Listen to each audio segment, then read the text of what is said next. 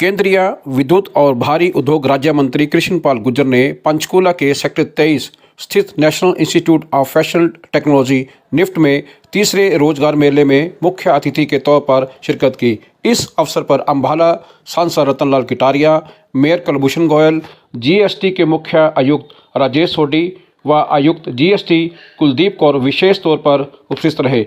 आज देश भर में आयोजित रोजगार मेले में 71,000 युवाओं को नियुक्ति पत्र दिए गए। पंचकूला में 61 युवाओं को रोजगार मेले में नियुक्ति पत्र दिए गए। तालियां जोर से बजाइए।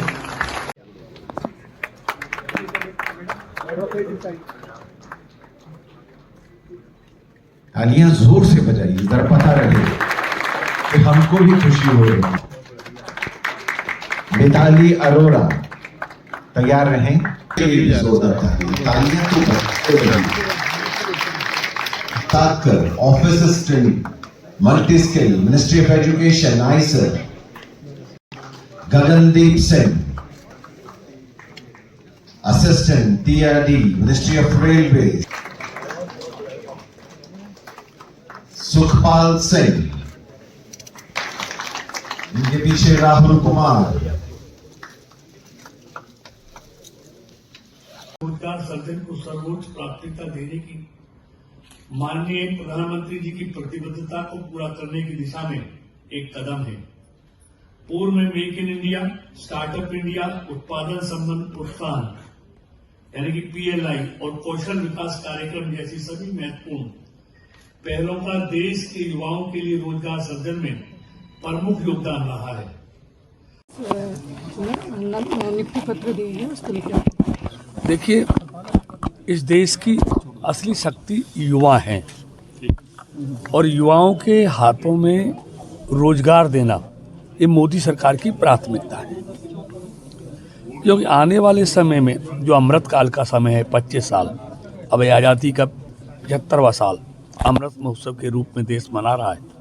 अगले 25 साल इस देश के लिए अमृत काल है और जैसा हमारे प्रधानमंत्री आदरणीय मोदी जी ने कहा है, इन 25 सालों में सब ने मिलकर देश के लिए काम करना है, अपने अपने कर्तव्यों को निभाना है और कर्तव्यों को निभाते हुए, फर्ज को निभाते हुए जब देश आज़ादी का 100वां साल मनाएगा तो हमारा देश दुनिया का सर्वश्रेष्ठ राष्ट्र बने, इसके लिए सब ने मिलकर काम करना है। उनमें युवाओं का योगदान अहम रहना है। इसलिए युवाओं के लिए मोदी सरकार ने रोजगार देने के साथ साथ स्वरोजगार के लिए भी और अपना काम करने के लिए भी stand up India, startup India, make in India, ये सब योजनाएं युवाओं के लिए चलाई हैं। उसका लाभ युवाओं को भी हो रहा है, देश को भी हो रहा है। इसलिए हमारा देश पिछले 8 सालों में बहुत तेज़ी के साथ आगे बढ़ा है। 10वें नंबर से आज दुनिया की 5 जो सबसे बड़ी आर्थिक शक्तियाँ हैं, आज भारत उन 5 में एक शामिल हो गया है। आने वाले समय में ये मैं नहीं कहता, दुनिया के सभी इकोनॉमिस्ट कहते हैं, अर्थशास्त्री कहते हैं कि मोदी जी के नेतृत्व में अगले 5 साल में भारत दुनिया की तीसरी सबसे बड़ी आर्थिक शक्ति बनने जा रहा है। जब दुनिया की अर्थव्यवस्था कोरोना के कारण पटरी से उतर रही है, ऐसे कठिन समय में भी भारत की अर्थव्यवस्था को पटरी पर बनाए रखना ये मोदी सरकार की सबसे बड़ी सफलता है। उनके नेतृत्व में देश आर्थिक तौर पर भी, सांस्कृतिक तौर पर भी मजबूत हो रहा है। मतलब जी, एक जो भारतीय कुश्ती संघ के राष्ट्राध्यक्ष हैं, उन पर आरोप लगे हैं कुश्ती जो पहलवान हैं उनके द्वारा, तो क्या कहना चाहेंगे, किस तरह? देखिए, इसके लिए हमारे खेल मंत्री जी ने रात भी उनके साथ, खिलाड़ियों के साथ बैठक किया हुई है।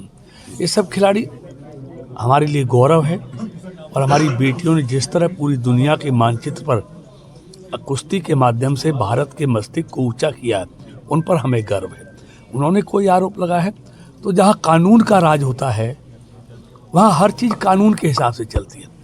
अब आरोप लगाया है तो वो अपना विश्वास बनाए रखे मोदी सरकार पर, उसकी निष्पक्ष जांच होगी और मोदी जी की सरकार में निष्पक्ष जांच होने के बाद कोई कितना भी बड़ा व्यक्ति हो, अगर वो दोषी पाया जाता है तो उसके लिए कोई माफी नहीं होती। 72 घंटे का समय दिया गया था जो आज समाप्त होने जा रहा है। देखिए, अभी समय समाप्त नहीं हुआ ना।